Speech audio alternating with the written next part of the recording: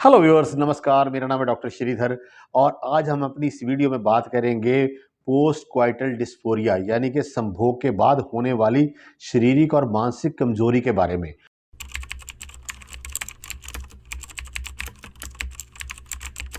हमारे पास बहुत से पेशेंट्स आते हैं जो हमें क्वेश्चन करते हैं कि हमें सेक्सुअल इंटरकोर्स परफॉर्म करने के बाद हमें शारीरिक और मानसिक बहुत ज़्यादा कमजोरी महसूस होती है, जिसे मेडिकल लैंग्वेज में पीसीडी या पोस्ट क्वाइटल डिस्फोरिया या पीएसबी पोस्ट सेक्स ब्लूज भी कहा जाता है। जब हम सेक्सुअल इंटरकोर्स परफॉर्म करते हैं तो हमारी बॉडी के अंदर कुछ एक हार्मोन्स होते हैं जो एक्टिवली पार्टिसिपेट करते हैं। ये हार्मोन्स हैं dopamine, oxytocin, endorphin, serotonin and prolactin. जैसे जैसे संभोग जो है अपनी चरम सीमा तक पहुंचता है, वैसे वैसे ये हार्मोन्स भी अपनी पीक तक पहुंचते हैं और जैसे ही हम परफॉर्म करने के बाद एजैकुलेट होते हैं तो ये हार्मोन्स एकदम से ड्रॉप करते हैं, जिसे हार्मोनल ड्रॉपिंग कहते हैं।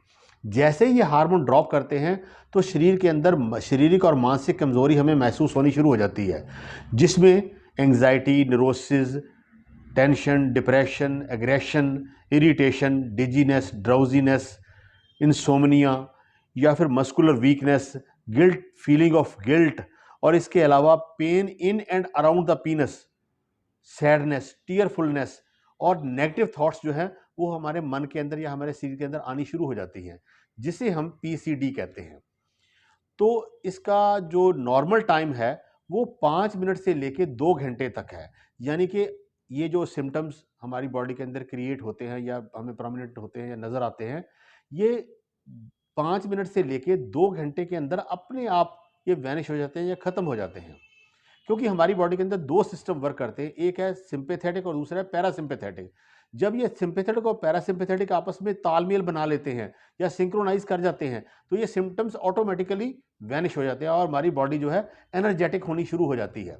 मगर कुछ एक पेशेंट्स में ये जो सिम्टम्स होते हैं ये कई घंटों तक या कई दिनों तक चलते रहते हैं, जिसे हम कहते हैं पोस्ट क्वाइटल इलनेस।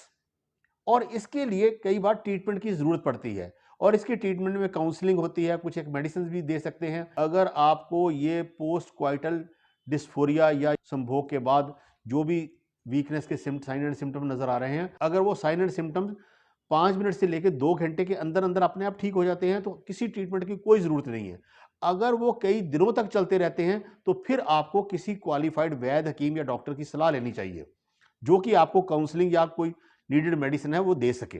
कुछ एक पेशेंट्स हमारे पास इस गलत धारणा के साथ आते हैं कि जो वीर्य की उत्पत्ति है उसके बारे में उन्हें मिसकंसेप्शन होती है कि 100 बूंद खून से 1 बूंद वीर्य की बनती है।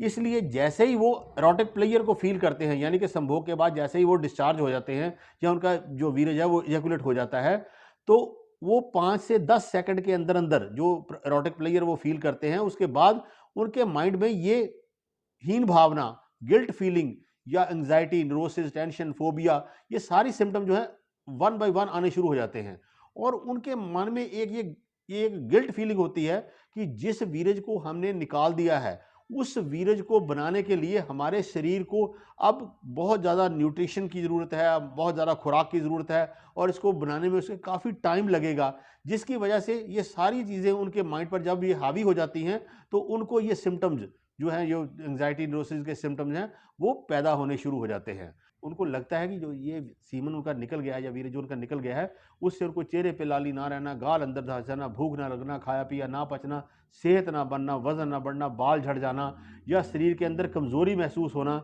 ये सारे सिम्टम उस वीर्य के निकलने से ही होंगे।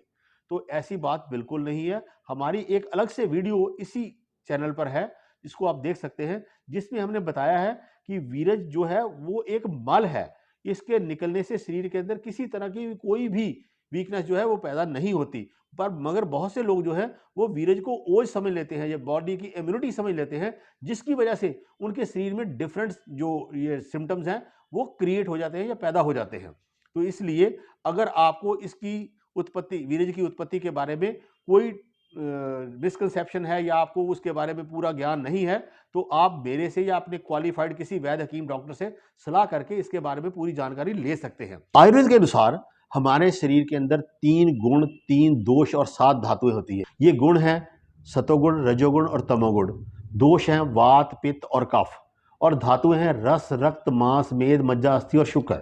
जब हम सेक्सुअल इंटरकोर्स परफॉर्म करते हैं तो ये गुण, दोष और धातुएं इसमें एक्टिवली पार्टिसिपेट करते हैं।